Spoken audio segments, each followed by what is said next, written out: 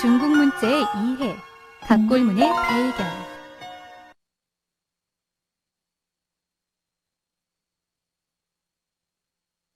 학습에 들어가기에 앞서 오늘 배울 한자를 미리 알아보겠습니다. 그림에 마우스를 올려서 확인해 보세요.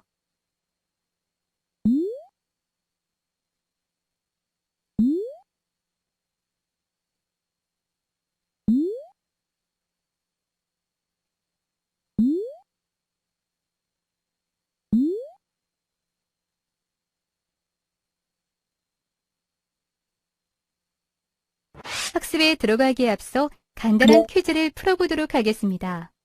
화면의 내용을 잘 읽고 정답을 맞춰보세요.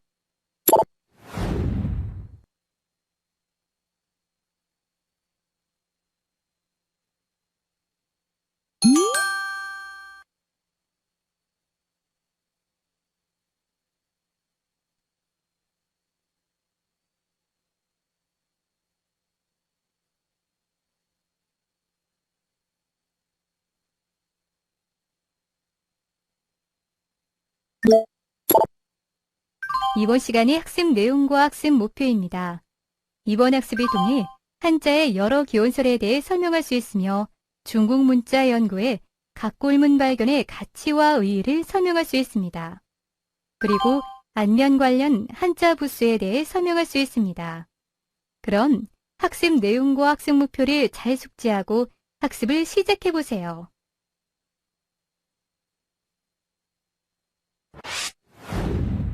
워밍업. 중국 문자의 1주차 제3강입니다.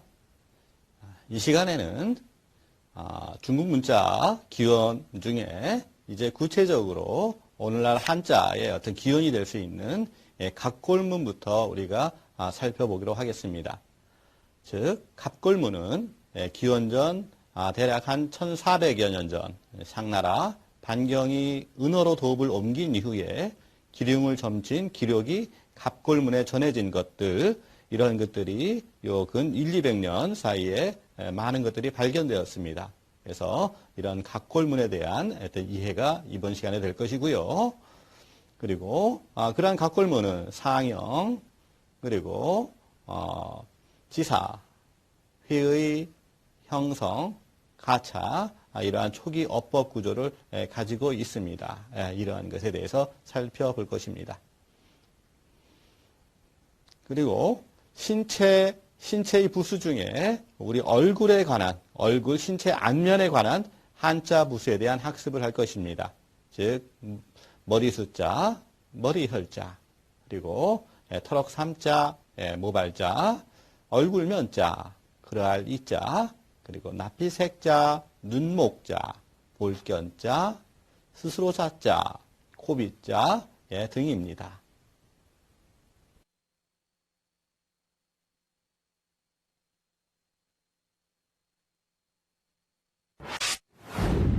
갑골문 발견 과정.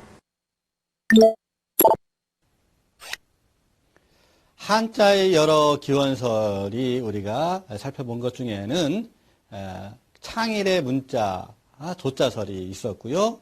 그리고 얼핏 제가 우리가 복희 그 주역의 8개 기원설 설명을 드리기도 했고요. 도화 기원설, 결승설 등을 말씀을 드렸었죠.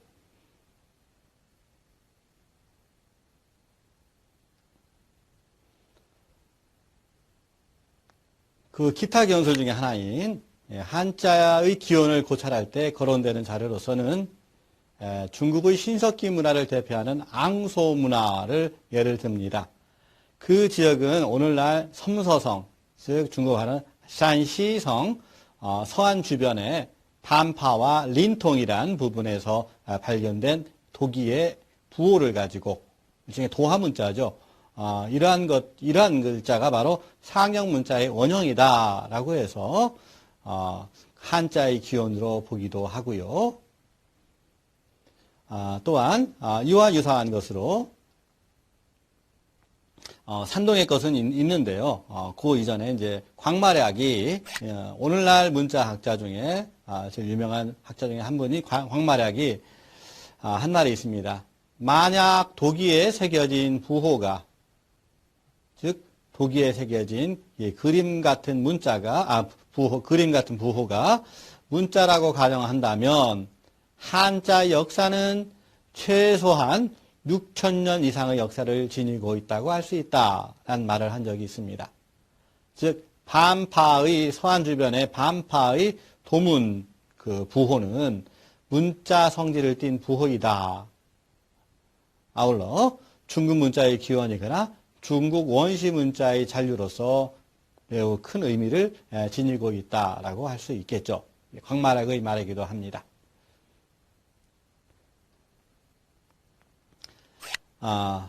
또한 우리가 익히 알고 있는 산동 지역 따원커우라고 하는 그 문화가 있죠. 그쪽에 따원커우 문화 후기에 제작된 도기에 새겨진 부호가 있습니다. 그것도 일종의 도화 문자라고 할 수 있는데, 즉 한자의 상형의 전신이라고 추정할 수 있죠. 이러한 도기에서는 상형 문자의 전신으로 추정된 문자들이 다수 발견되고 있습니다.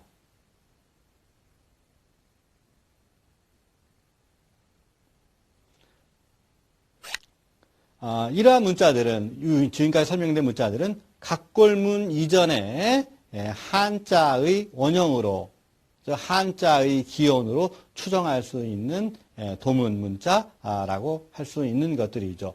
즉 반파 유적지, 그리고 산동 쪽에 따원커우에서 나오는 이런 도기에 그려지거나 새겨진 그러한 부호들은 이 한자의 그러한 것들을 문자라고 본다면 한자의 원형으로서 한자의 추정연대를 한자가 생긴 추정연대를 굉장히 이른 시기까지 끌어올릴 수가 있다라고 할 수 있습니다. 그렇지만 실제적으로 이것이 문자의 거의 문자로서 이제 활용되고 있는 것은 지금으로부터 대략 3,300년 이전에 활용되었던 문자인 각골문에서 그 의미를, 그 시원을 우리가 찾을 수 있습니다. 즉 학술적으로 한자의 기원은 뭐니 해도 각골문에서 유래한다고 할 수 있죠. 각골문의 기록은 기원전 대략 1384년 은나라, 즉 상나라, 반경이 지금 은허, 오늘날 하남성의 안양이죠. 은허로 도읍을 옮긴 후에 기름을 점친 형태의 기록을 남긴 문자가 바로 각골문입니다. 갑이란 것은 귀갑이에요. 즉 거북의 백껍질을 말하고요. 골이란 것은 견갑골입니다. 즉 몸체가 커다란 짐승의 넓적한 그 어깨뼈라든지 그 다리뼈를 말하는 것이거든요. 즉 거북의 백껍질이나 동물의 넓적한 뼈 위에 문자를 새긴 형태가 바로 각골문입니다. 문자를 새기거나 그걸 문자를 새겨서 불에 그을려서 나타낸 형태, 혹은 바로 그을려서 나타난 형태, 이러한 것들이 바로 각골문이라고 할 수 있습니다. 적어도 대략 한 3,300년 이상의 역사를 가지고 있다고 할 수 있습니다. 오늘날 발견되는 각골문에는 오늘날 한자에서 그 한자의 구조가 되는 상형, 지사, 회의, 형성, 가차, 이러한 형태와 초기의 문법 구조가 나타난다고 볼 수 있습니다. 즉 성숙한 문화 체계를 충분히 가지고 있다고 할 수 있죠. 오늘날까지 발굴된 각골문의 총 개별자는, 낱글자는 중복된 것을 뺀 낱글자는 대략 5,000여 개로 보면 됩니다.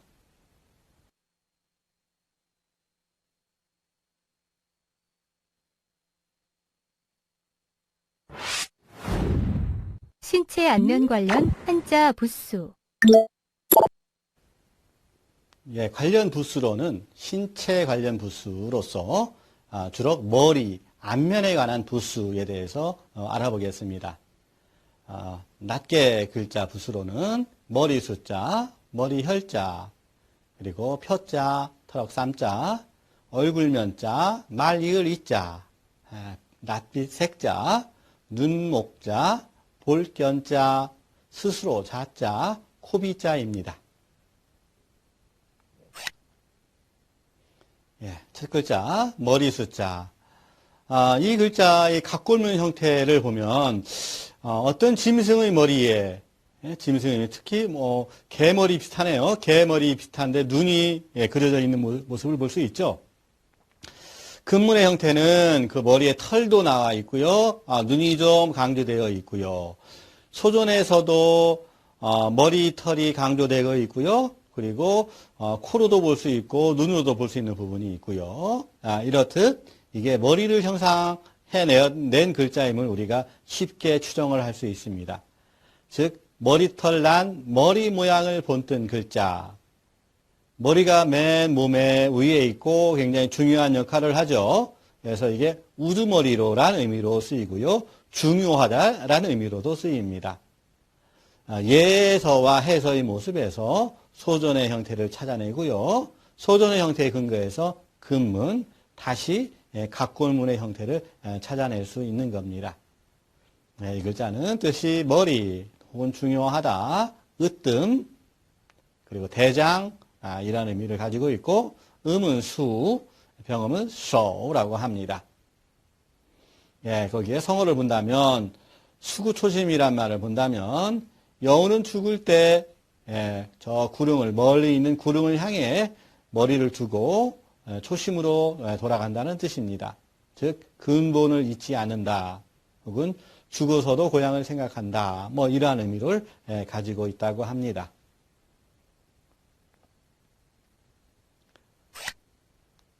이 글자는 머리 혈자입니다. 거기 아래 다리 부분과 즉 머리수, 즉 머리수에 아래 다리가 달린 모습이 바로 이 글자라고 할 수 있습니다. 즉 이 부분은 사람의 목에서 머리 끝까지 모양을 본뜬 글자라고 합니다.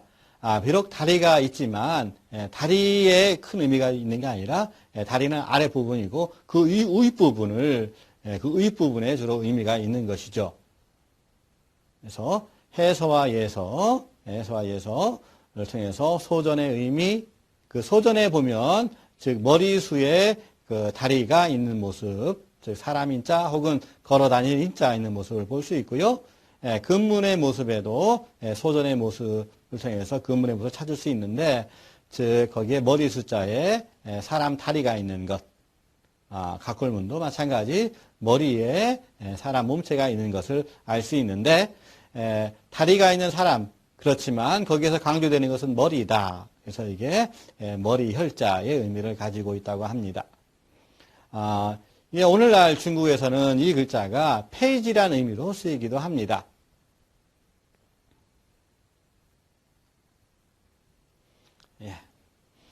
이 글자는 머리 늘어질 표자라고 합니다. 즉, 긴 머리카락이 늘어짐을 나타낸 글자라고 합니다. 즉, 머리털이나 수염 등과 관련돼서 그 종류나 상태에 관한 의미로서 활용이 되죠. 일반적으로 부수의 명칭을 대표적인 글자인 발의 부수이기 때문에 터럭발이라고 하는데 좀 정확한 명칭, 정확한 표현이라고 할 수는 없습니다. 즉, 이 글자는 머리가 늘어질의 의미를 가지고 음은 표, 중국은 병음은 중국어 음으로는 뼈라고 합니다. 그래서 해서 예서에서 소전 그리고 백문의 글자의 형태를 찾아낼 수 있고요. 즉 긴 장자의 머리카락, 즉 긴 장자의 머리카락이 더해진 글자, 즉 머리카락이 길다, 즉 머리가 길게 늘어지다라는 의미. 그래서 머리 늘어질 표라고 우리가 명명을 합니다. 이 글자는 단독 글자로서 쓰이지 않고요. 즉 다른 글자의 부분으로서 활용이 됩니다. 그 다음은 터럭 삼자입니다. 이게 세 개가 있기 때문에 삼자로 의미를 우리 하고 있고요. 그리고 이게 터럭의 모양을 본뜬 것이기 때문에 그래서 터럭 삼자란 명칭을 붙였습니다. 주로 어떤 모양이나 무늬 혹은 꾸미다 등의 의미로 활용되고 있습니다. 설명했듯이 부수 명칭은 석삼의 모양이 변형된 것으로 보아 삐친 석삼으로 불리기도 한답니다. 그래서 해서의 모양, 소전의 모양. 이 글자도 낱글자가 아닌 어떤 글자 속의 부분으로서 활용되기 때문에 해서와 소전에만 모양이 남아있다고 보면 좋을 것 같습니다. 즉 머리털이 보기 좋게 자란 모양에서 터럭 삼자라고 하고요. 모양, 무늬, 꾸미다 등의 의미로 활용이 된다라고 이해하면 좋을 것 같습니다.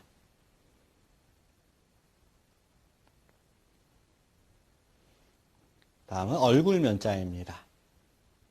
즉 사람 머리의 앞쪽 윤곽을 나타내어 얼굴을 뜻한 글자이다.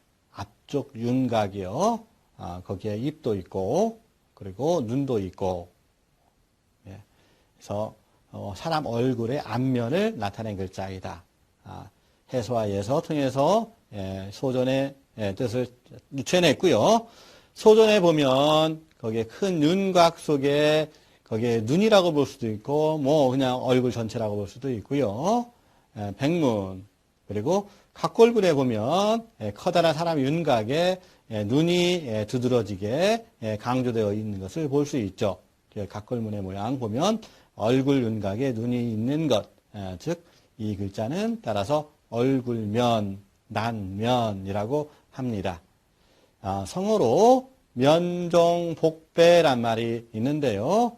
즉 얼굴은 따르지만 얼굴은 상대방의 뜻을 쫓고 있는 것 같지만 순종하는 척하지만 복배, 그 내심, 이것은 배복, 내심은 배반하고 있다. 내심은 딴 마음을 먹는다.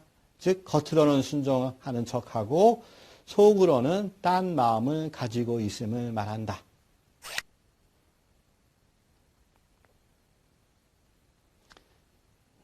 이 글자는 말 이을 이자입니다. 즉 접속사 역할을 하는 글자죠. 왜 그러면 이 글자가 그러한 뜻이 그러한 역할을 하는가? 이 글자는 턱수염 또는 얼굴에 난 턱수염 혹은 구렛나루를 본뜬 글자라고 합니다. 갑골문을 보면 그게 턱수염 모양인 것을 우리가 쉽게 알아낼 수 있죠. 그래서 수염 사이로 말이 나오죠. 수염 사이로 코 밑에 수염과 턱 사이에 있는 코 밑 수염과 턱 밑에 수염 그 사이가 바로 입이 있지 않습니까? 거기에서 말이 나오죠. 그래서 수염 사이로 말이 나온다. 그래서 문장을 이어준다라고 해서 접속사의 의미로 접속사 역할로 활용됩니다. 그래서 우리는 그것을 말 잇는다, 즉 접속사 역할을 한다. 음은 이, 병음은 얼이고요. 거기서 접속사도 뭐 순접도 있고 역접도 있는데 이 말 이을 이자, 이 글자는 혹은 순접 혹은 역접 두 개 다 활용될 수 있습니다. 그래서 뭐 중국어로는 얼치에 하면 순접이고 란얼 하면 그러나의 의미 역접이고 그렇죠. 즉 문언문 요거 한 글자로 요 한 글자로 접속사 역할을 할 때는 순접 혹은 역접의 역할을 둘 다 할 수 있는 글자이다. 예, 그 성어를 본다면 비니락도, 비니락도, 즉 가난하지만 이 자는 역접이네요. 도를 즐긴다. 가난한 몸이지만 가난하지만 도를 즐긴다. 가난한 몸이지만 하늘의 뜻으로 알고 도를 즐김 이런 뜻. 그래서 여기서 여기 고사성에 나오는 이 자는 바로 접속사 역접의 역할로 쓰였습니다. 그래서 각골문의 형태, 수염, 턱수염을 나타낸 글자임을 추정할 수 있는 것 말씀드렸죠.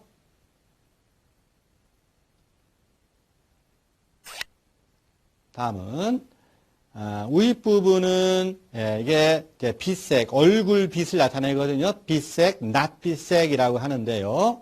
즉 윗부분은 사람의 마음이 우입 부분을 바로 사람을 나타내고요. 즉 사람의 마음 움직임이 밑에는 병부 절자지 않습니까? 병부 이것을 또한 그 물음마디로 또한 해석을 하는 경우가 있는데 사람의 그 마음가짐이 무릎마디 들어맞듯이 연골 그 무릎의 뼈 마디가 들어맞듯이 얼굴빛에 그대로 드러남을 나타낸 글자. 얼굴빛에 그대로 드러남을 나타낸 글자. 그래서 낫빛이라고 우리가 이것을 그 뜻을 낫 혹은 빛 음을 색 그리고 발음으로서는 써라고 합니다. 해서와 예서의 모양에서 소전의 모양 그리고 백문의 모양 물론 갑골문과 급문은 존재하지 않는다고 하고요. 이와 관련된 고사성어는 교원영색이라는 말을 보면 남의 환심을 사기 위해서 말을 교묘하게 하고 얼굴을 또한 예쁘게 즉 아첨하는 얼굴빛을 한다라는 말이 바로 교원영색입니다.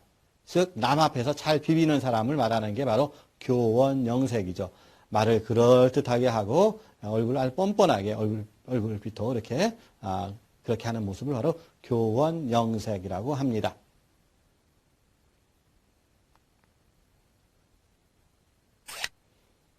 이 글자는 눈목자입니다.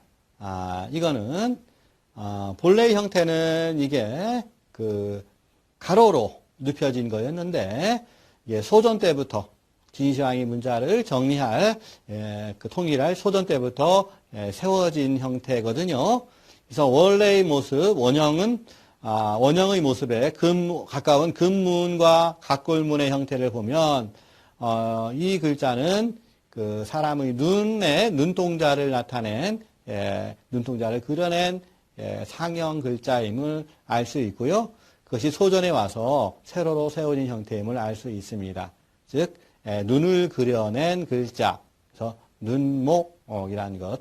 그래서 뜻은 눈, 음은 목, 그래서 병음은 무라고 합니다.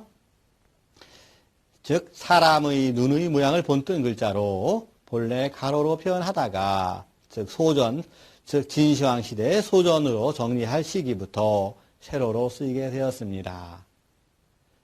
우리가 목불식정이라는 말이 있죠.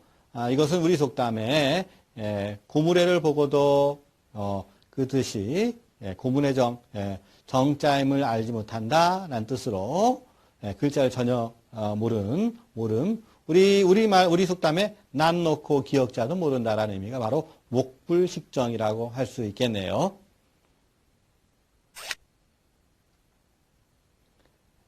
다음 글자는 볼견자입니다. 이것도 눈과 관련되어 있는데요.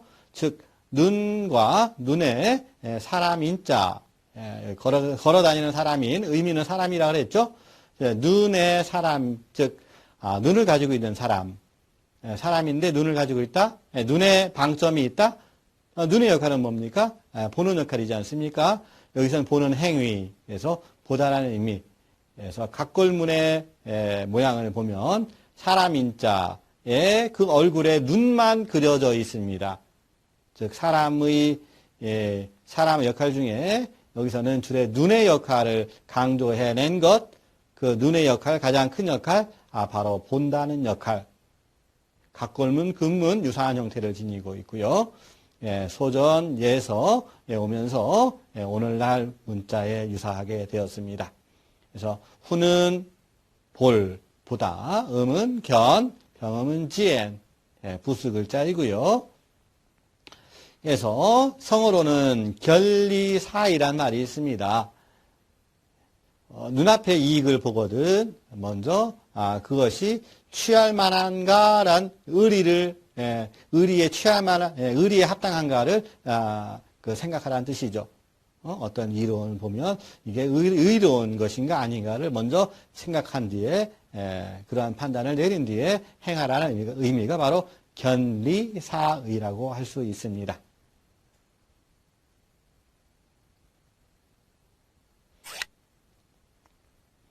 다음은 스스로 자자입니다. 이 글자는 본래 코의 모양을 본뜬 글자입니다. 이 글자가 본래 코의 모양에서 나로부터 그리고 나 자신 그리고 저절로 이러한 의미로 확대되어서 코라는 의미가 덜 쓰이게 되거든요. 그래서 이 글자는 코라는 의미를 잃어버리고 스스로 저절로 나라는 의미가 더 많이 쓰이게 되고요.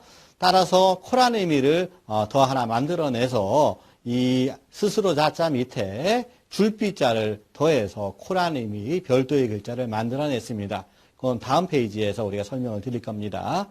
여하튼 이 스스로 자자는 사람의 코의 모양을 본뜬 글자로 코를 가리켜 나 자신 그리고 코로부터 뭐뭐로부터 그 뭐뭐로부터라는 뜻에서 스스로 혹은 저절로 이러한 의미를 가지게 된 거죠.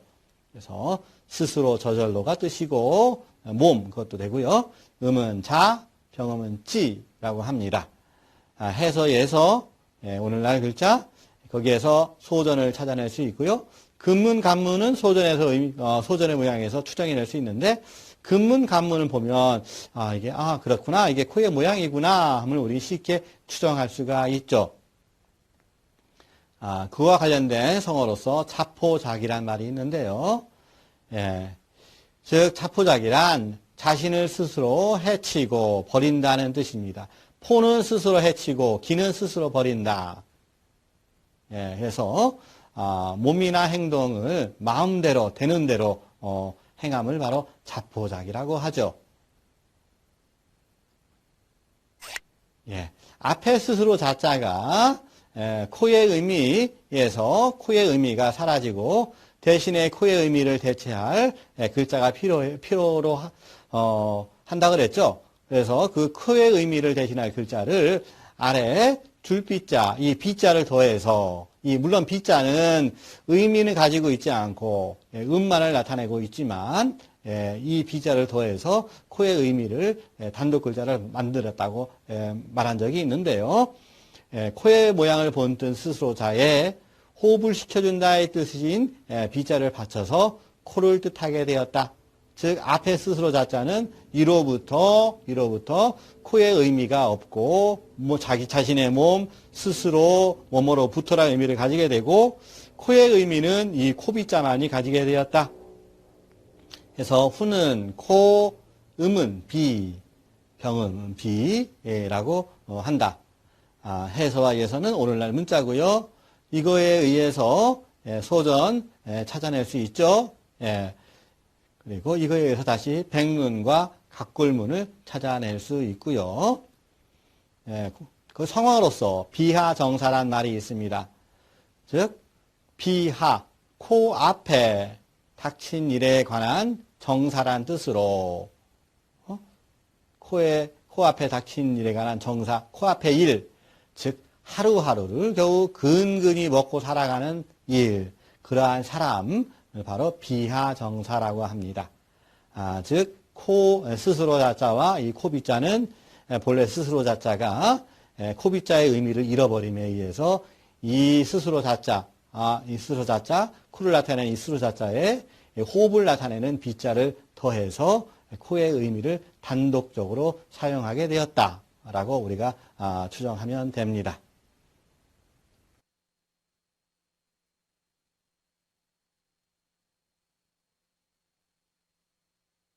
이번 학습을 통해 배운 내용을 퀴즈를 통해 확인해 보겠습니다. 퀴즈는 총 3문제입니다. 그럼 시작해 볼까요? 스타트 버튼을 클릭하세요.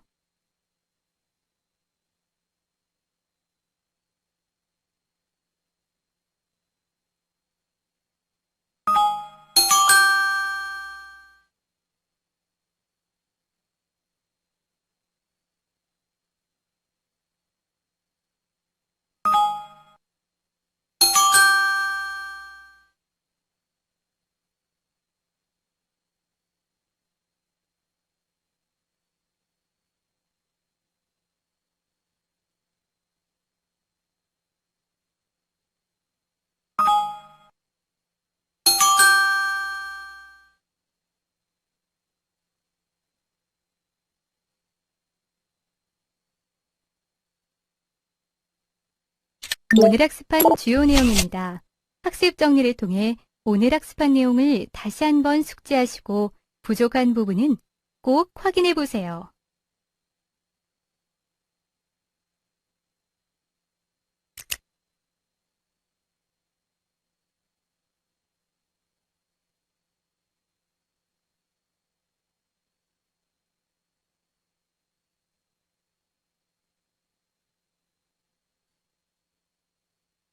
이번 시간에는 각골문의 발견에 대해 알아보았습니다. 수고하셨습니다.